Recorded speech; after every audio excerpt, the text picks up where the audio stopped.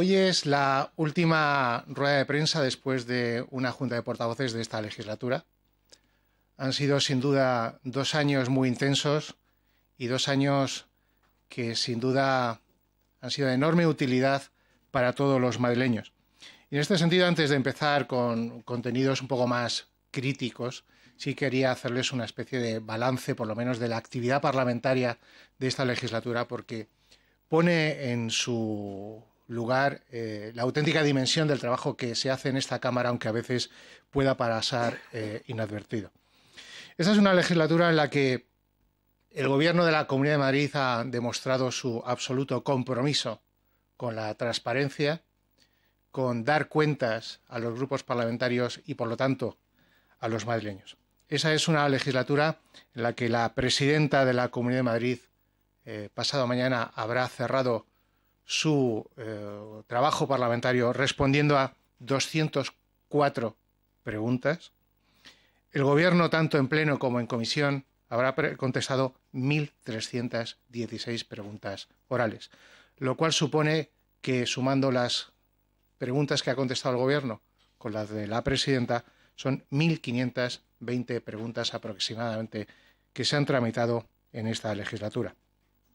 Pero no solo son preguntas, también hay otras iniciativas que ustedes saben, como son, por ejemplo, las comparecencias en las que todos los miembros del Gobierno comparecen, sea en pleno o en comisión, para dar cuenta con mayor detalle del ejercicio de sus competencias. Y en este sentido, ha habido 4 comparecencias de la presidenta, 39 comparecencias de los miembros del Gobierno en pleno y 163 en comisión. En total, el Gobierno ha comparecido en 206 ocasiones. Pero otra actividad que, lógicamente, tiene el Parlamento, además de controlar directamente la acción del Gobierno a través de las preguntas y las comparecencias, está esa labor de impulso de la acción de la Administración y del Gobierno, como son las proposiciones no de ley. En este sentido, se han tramitado en el conjunto de esta legislatura 256 proposiciones no de ley, lo cual pone de manifiesto que los grupos parlamentarios han tenido una actividad muy proactiva para intentar proponer cosas que mejoren la vida de los madrileños.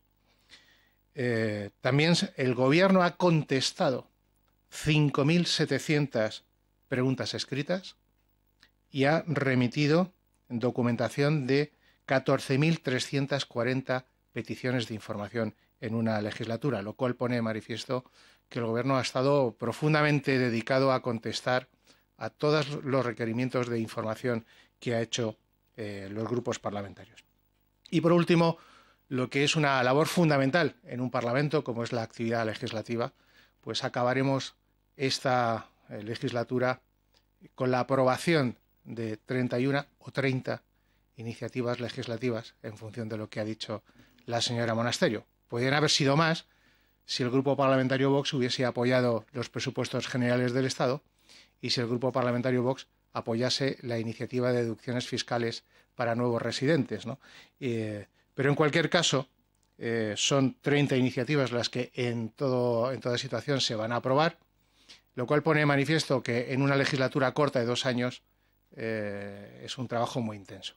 Como ustedes saben, cuando yo asumí la responsabilidad de portavoz, de la portavocía de mi grupo parlamentario, planteé y me asumí un reto, y era que tuviésemos la oportunidad de aprobar más de 15 o 16 leyes en este último año. Bueno, pues al final, en este año en el que he tenido el honor de ser el portavoz del grupo parlamentario, pues se van a terminar aprobando 20 iniciativas, no 15 o 16 como era lo que yo esperaba, sino 20, lo cual pone de manifiesto que afortunadamente la organización del trabajo que hemos hecho en el grupo parlamentario se ha ajustado a los requerimientos que pensábamos, incluso hemos ido más allá y por lo tanto estamos desde mi grupo parlamentario muy satisfechos del trabajo que hemos realizado en esta legislatura. Y entrando en cuestiones ya de otra índole, sí que quiero decir que todavía estamos esperando, 6 días después, que la portavoz del grupo Más Madrid, doña Mónica García, presente su dimisión irrevocable y sin excusas. Porque hay que recordar que lo que hizo la señora García y todo su grupo parlamentario no fue una mera crítica al cobro del bono social. No fue solo los insultos y las descalificaciones a quienes lo habían cobrado, como el señor Osorio. No solo fue llamar sinvergüenza o indecente. Es que Mónica García personalmente estableció una consecuencia por el cobro de ese bono, que era la dimisión. Y un mínimo de decencia y de coherencia exige no solo que pida perdón por los insultos y las descalificaciones, que está muy bien, sino que sea coherente con lo que le exige a los demás. Y han pasado 6 días y estamos esperando esa coherencia y esa dignidad. Es decir, que abandone definitivamente la Asamblea, la candidatura y, en su caso, la política. No es la consecuencia de lo que dice el Partido Popular, es la consecuencia de su propia posición política. Y dicho esto, pues quedo a su entera disposición. Sí, buenos días. Tengo varias preguntas. Por un lado, me gustaría conocer su valoración sobre la moción de censura que se está celebrando en estos momentos en las Cortes. Después, me gustaría saber qué opina de la oposición de Vox. Si ya les ha dicho, parece que con total rotundidad, la señora Monasterio, que no va a apoyar la ley de desgravaciones fiscales para capital que viene de fuera. Y ustedes, en la otra ley que también se va a discutir este jueves, la de VTC, no aprobaron una serie de enmiendas de Vox que llegan vivas. Parece que son condición sine qua non para que se apoye esta ley. ¿Están ustedes dispuestos a apoyarlas? ¿Hay algún fleco todavía por negociar? Gracias. Mire, nosotros, con todos los grupos parlamentarios, pero especialmente con Vox, siempre hemos intentado mantener una relación lo suficientemente fluida como para aprobar enmiendas y negociar aquellas mejoras que necesiten cualquier tramitación legislativa. Pero, lógicamente, tiene que haber una iniciativa en vigor y tiene que haber enmiendas vivas. Respecto a la ley de las VTC, como las cosas se han hecho de acuerdo al procedimiento, estamos en disposición de negociar. De hecho, esta es una iniciativa que se ha negociado con Vox desde el minuto 1 y, por lo tanto, nosotros consideramos que no existe ningún motivo para que se vote en contra y creo que Vox votará a favor porque las cosas se han hablado y se han negociado. Respecto a la iniciativa legislativa, ese proyecto de ley de deducciones fiscales para nuevos residentes que realicen inversiones en la Comunidad de Madrid, tenemos que decir varias cosas. En primer lugar, no es una ley para extranjeros. Es que es importante dejarlo muy claro. Es para personas que vengan a residir a la Comunidad de Madrid desde el extranjero. Y en esa situación pueden ser extranjeros o pueden ser españoles y madrileños que decidan volver a nuestra región. En segundo lugar, no es una iniciativa de deducciones para la compra de vivienda. Son deducciones para la realización de inversiones productivas en nuestra región. Inversión directa. Y el concepto de inversión directa incluye cualquier tipo de activo que suponga compra de acciones, participaciones de empresas, fondos y también bienes inmuebles. Por lo tanto, es una inversión muy amplia. En tercer lugar, veo y hemos visto con sorpresa que Rocío Monasterio mantiene exactamente el mismo discurso que Mónica García respecto a esta iniciativa. Supuesta discriminación a los madrileños en la compra de vivienda, lo cual no deja de ser una simplificación absurda, populista de esta medida, porque hay que tener algo muy presente.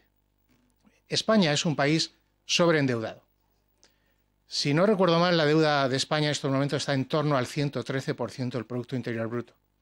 Tenemos un déficit estructural anual del 5%. Eso supone que España es un país en el que escasea el capital.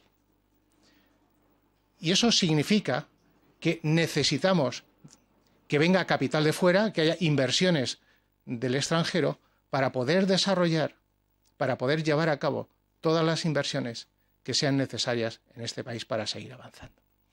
Esto es de primero de economía y quien no lo entienda está perjudicando claramente a los madrileños, porque la inversión extranjera crea puestos de trabajo, muchos puestos de trabajo. En torno al 8% de los puestos de trabajo que se crean en España es gracias a la inversión extranjera. Por lo tanto, cuando estamos estableciendo este tipo de medidas, estamos favoreciendo a más del 8% de los madrileños que tienen un puesto de trabajo gracias a este tipo de iniciativas. Pero además nos sorprende que se diga que no queremos apoyar a los madrileños y que a los madrileños los dejamos a un lado. Mira, afortunadamente, de la casualidad, de que recientemente se ha publicado por el Colegio de Economistas, los asesores fiscales, un estudio que hacen todos los años, que es el panorama de fiscalidad de comunidades autónomas. Y en ese informe se ve claramente cómo los madrileños son los que menos impuestos pagan de toda España, tanto en el impuesto de la renta de las personas físicas, sucesiones, donaciones, actos jurídicos documentados, transmisiones patrimoniales. Y los madrileños se ahorran muchos miles de euros cada año gracias a estas deducciones. Por lo tanto, nadie podrá decir, como dice la señora Monasterio, que es que les estamos dando de lado. Todo lo contrario. Pero allá, cada grupo parlamentario con su responsabilidad y con haber adoptado una estrategia de campaña que significa perjudicar a los madrileños simplemente porque así parece que nos alejamos de las medidas del Partido Popular.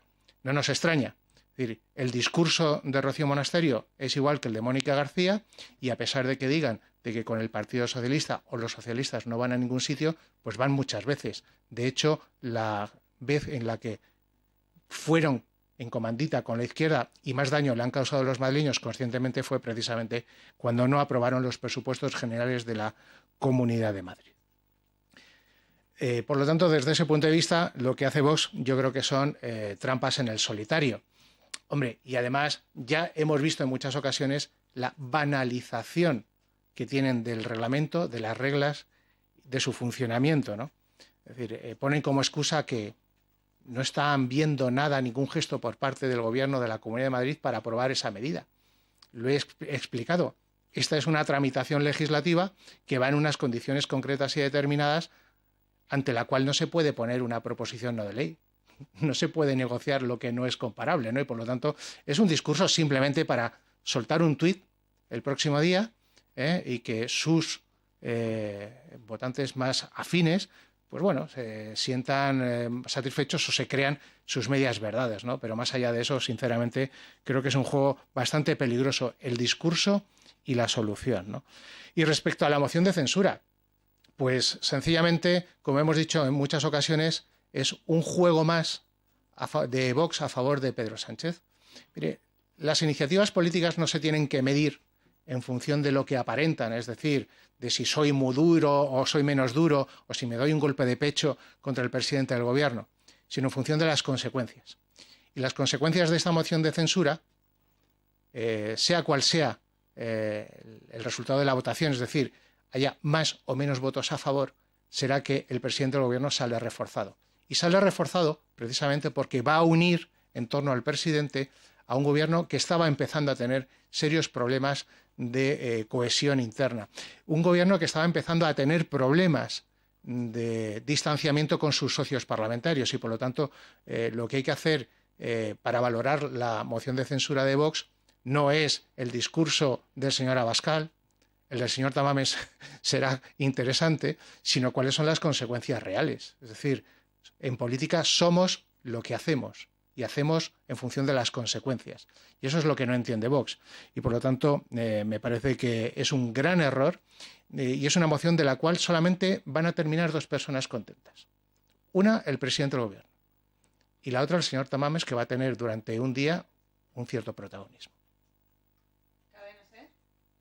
Buenos días, portavoz. Retomando el tema de las deducciones y puesto que parece que es una iniciativa que está abocada ya al fracaso, me gustaría saber si ha tenido la oportunidad de hablar con el señor Osorio, que coordina el programa electoral, para saber si esto va a formar parte de la oferta electoral del Partido Popular de cara a los próximos comicios. Y en segundo lugar, le quería preguntar por ese compromiso que parece que lanzó la presidenta de forma verbal a uno de los familiares de la residencia Francisco de Vitoria el pasado pleno, en los pasillos, cuando se encontró con ella. Le dijo que iba a evaluar si es posible revocar los contratos de la Francisco de Vitoria, lo que sería asumir en parte que no están funcionando como debieran o que las quejas que hemos oído durante estas semanas tienen alguna base. Me gustaría saber si cree que porque han sido muy críticos los grupos parlamentarios, si esa es una forma de llevar, digamos, el gobierno de la Comunidad de Madrid, que esté un poco a expensas de conversaciones verbales cuando esto mismo se le ha requerido por parte de los grupos parlamentarios y de los afectados formalmente al gobierno. Gracias. Programa electoral. Incluiremos de manera definitiva todo aquello que consideremos oportuno en función de la realidad y, evidentemente, si esta es una iniciativa que no termina siendo aprobada, pues lógicamente lo tendremos que valorar porque desde nuestro punto de vista son unas deducciones que son necesarias especialmente, y eso hay que tenerlo en cuenta, para compensar, para hacer de contrapeso precisamente contra la aprobación por parte del Gobierno de España y de las Cortes Generales del impuesto de solidaridad a las grandes fortunas, que supone un claro perjuicio para la Comunidad de Madrid y que supone un freno precisamente para que vengan inversiones extranjeras. Pero bueno, Vox puede seguir a lo suyo, favoreciendo y haciendo seguidismo de lo que hace el señor Pedro Sánchez en su política tributaria. En vez de apoyar una medida que lo que hace es precisamente contrarrestar ese impuesto a las grandes fortunas, que supone un freno para la inversión extranjera en nuestra región, bueno, pues puede seguir con esa política de madrileños first, que desde luego no deja de ser un esperpento respecto a la realidad, ¿no? Porque lógicamente, como todo el mundo sabe, la política tributaria de la Comunidad de Madrid precisamente es muy positiva para el conjunto de los madrileños. Respecto a las residencias. Primera reflexión. Si la manera de hacer política es la ajustada. Creo que la pregunta, desde mi punto de vista y con todo el respeto, está mal formulada. Porque, ¿qué tiene que hacer la presidenta en una situación como esa? Oiga, no me dirija la palabra, me manda usted la carta por escrito, cuando me llegue la carta por escrito yo le contesto. Yo creo que es lógico y natural que las personas se las atienda en el momento y en las circunstancias en las que está y se les responda de la misma manera. Me parece que mantener esa conversación me parece que es lo razonable. Además, no implica que haya una inactividad por parte de la Administración. De hecho, no sé si mucha gente lo sabe, pero es que la Administración, la Consejería, multó, no sé si fue en noviembre, con 43.000 euros precisamente a los responsables de esta residencia, de la alimentación de los responsables. Es decir, la Comunidad de Madrid es vigilante, adopta las medidas que tiene que adoptar de acuerdo a la ley y de acuerdo al contrato. Si esta situación, que al parecer ha mejorado como consecuencia de la sanción, se sigue alargando en el tiempo y efectivamente se vuelve a producir un retroceso, lógicamente en función de las circunstancias y de los términos que establezca el contrato, la Administración adoptará la medida que tiene que adoptar, como no puede ser de otra manera, pero precisamente ni dejación de funciones ni inactividad, porque, hombre, si no, no se habría multado precisamente con una cifra, desde luego, nada despreciable, como son 43.000 euros. Hola, ¿qué tal? Quería volver a las dos leyes o dos de las leyes fundamentales que se aprueban en el Pleno. Respecto a la ley de modificación de transporte, VTC y taxis, tengo una duda. La señora Monasterio lo ha condicionado a sus enmiendas. Usted se ha mostrado abierto a negociar, pero en el orden del día provisional del Pleno no figuran enmiendas vivas. No sé si es que no deben figurar o qué es lo que se negociaría en cualquier caso. Bueno, en el orden del día como tal no tiene por qué figurar la existencia de enmiendas vivas más allá del guión que puedan tener los miembros de la mesa para dirigir los debates y sobre todo para dirigir las votaciones. Lo que sí quiero dejar muy claro es que nosotros hemos negociado y que muchas de las enmiendas que se han incorporado precisamente porque había un acuerdo previo de cuáles eran las condiciones en las que se tenía que mejorar la ley. Y desde nuestro punto de vista, creo que nosotros hemos cumplido con todos los acuerdos y todos los compromisos previos que habíamos establecido respecto a esta modificación legal. Una modificación legal que es absolutamente imprescindible, especialmente para el sector del taxi. Porque si esto no se aprueba, que es lo importante, que es lo que hay que tener presente, porque es muy sorprendente la manera de pervertir el lenguaje y de cambiar la realidad de las cosas. Es decir, esta es una norma que lo que establece es un régimen sancionador a las VTC. Si no estuviese este régimen sancionador, vía libre para que las VTC circulen y actúen como consideren oportuno. Por lo tanto, si hay alguien a quien protege precisamente este régimen sancionador, es al taxi, ¿no? Por lo tanto, aquellos que dicen que protegen especialmente al taxi, lo que tendrían que hacer es apoyar precisamente esta iniciativa. En el tintero respecto a la ley de deducciones fiscales a inversores procedentes del extranjero. Entiendo por sus palabras anteriores que no hay posibilidad de negociación con Vox, dada la negativa que ha expresado la portavoz, o entiendo mal. Mire, esto forma parte de un comportamiento que llevamos viendo desde hace mucho tiempo en Vox y en algunos otros grupos parlamentarios. Es, hago una propuesta de imposible cumplimiento para que digan que no y así justifico mi posición. Es decir, es una excusa. Cuando este jueves es el último pleno de la legislatura y por lo tanto ya no podemos hacer absolutamente nada más porque en la primera semana de diciembre se aprobará el decreto de convocatoria de elecciones. Cuando lo que ha hecho Vox ha sido presentar una PNL que no tiene capacidad legislativa ni de modificar absolutamente nada, no es que yo no tenga voluntad de acordar o de negociar, es que no existe posibilidad legal alguna de llegar a ninguna solución. Es decir, es que esto es una pura falacia. Es decir, es algo de imposible cumplimiento. Y por lo tanto, eso es lo importante. Todo lo demás es engañar a los ciudadanos y a los propios votantes. Es decir, creo que es generar un escenario inexistente, ficticio, para justificar, como he dicho antes, una posición previa. Pero sinceramente, yo creo que lo importante es que todo el mundo sea consciente de dos cosas. Que estas inversiones y este tipo de medidas son muy importantes porque las inversiones extranjeras son fundamentales en un país endeudado. Que además lo que conseguiríamos es ampliar las bases tributarias porque habría más contribuyentes. Para que tengan un dato, por cada 1.000 euros de inversión que se pueda producir en Madrid con esta medida, se incrementaría la recaudación de la Comunidad de Madrid en unos 120 millones de euros. Es que no se pierda nada, es que encima ganaríamos 120 millones de euros por cada 1.000 millones de inversión. Y eso en un escenario, en una comunidad que es la que tiene los impuestos más bajos de toda España. Eso es lo que tendrá que explicarle Vox y la señora Monasterio a sus votantes, más allá de ese discurso facilón y populista que desde luego desconoce el mecanismo y cómo funciona de verdad la economía española y la economía mundial. ¿Más preguntas? Pues nada, pues ya solamente pues quiero agradecerles el trabajo que han hecho durante esta legislatura. Desde luego mi grupo parlamentario considera que estamos satisfechos del seguimiento que ustedes han hecho de nuestro trabajo, de nuestras actividades. Evidentemente, cada uno desde su papel. Lógicamente, si ustedes no aprietan, no nos hacen preguntas complicadas, pues sería mucho más fácil. Tendríamos menos necesidad de pensar y de profundizar no solo en nuestras ideas, en nuestros planteamientos, sino también en los problemas de los ciudadanos, de los cuales ustedes pues, son notarios de la realidad y, por lo tanto, agradecerles su trabajo porque, lógicamente, formamos un binomio imprescindible, que es el del cuarto poder, de la prensa y los partidos políticos, para que podamos transmitir mutuamente de manera recíproca la realidad de las cosas, ¿no? Desde ese punto de vista, pues quiero agradecerles su trabajo y, bueno, esperar que nos podamos seguir viendo en la próxima legislatura. No sabemos dónde estaremos cada uno de nosotros, sobre todo yo, evidentemente, que tenemos un escenario mucho más complejo y, en cualquier caso, pues agradecerles sinceramente todo su trabajo y a su disposición de aquí para la campaña electoral en lo que pueda ser de mi responsabilidad, aunque pasamos en otra dinámica y mandan otras personas. Así que, pues nada, muchas gracias por todo.